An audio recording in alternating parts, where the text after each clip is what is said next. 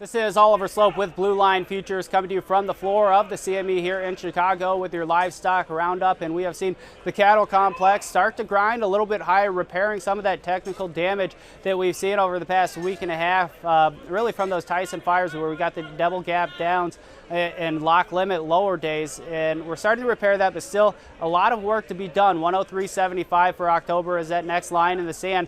If we're not able to really maintain momentum up between where we're at now and there, I wouldn't be surprised to see the sellers step back into the market. So not enthusiastic about that October contract, but I think there's going to be a tremendous value and opportunity in the deferred. So you got to look out to December and all the way out to April. I think that we'll have an opportunity to see those contracts really gain some ground over the coming months. So I think that's where the value's at. Now the ace in the hole in the wild card here this week is the cattle on feed. That comes out tomorrow after the close. So if you don't have a true gut feeling and conviction, there's really no need to put on a position ahead of that report. Let the dust settle, come back next week and see where we're trading at.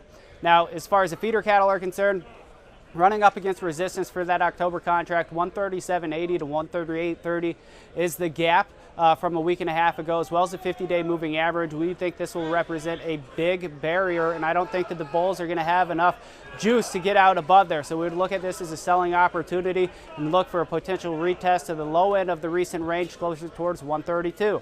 Now, wrapping things up with the lean hog market, lean hogs have really been a technical graveyard here over the past couple of months, and we're continuing to see that play out. We're back towards the low end of the range, 61 to 62, call it a break and close below there. I wouldn't be surprised to see the market run a little bit closer towards the contract lows, 58.50. Ultimately, I think at some point there's going to be a heck of an opportunity in this market, but the technicals are not shaping up. So when you have the fundamentals and the technicals kind of colliding a little bit, I think the best thing to do is sit on your hands and let the dust settle. So that's what we're looking at.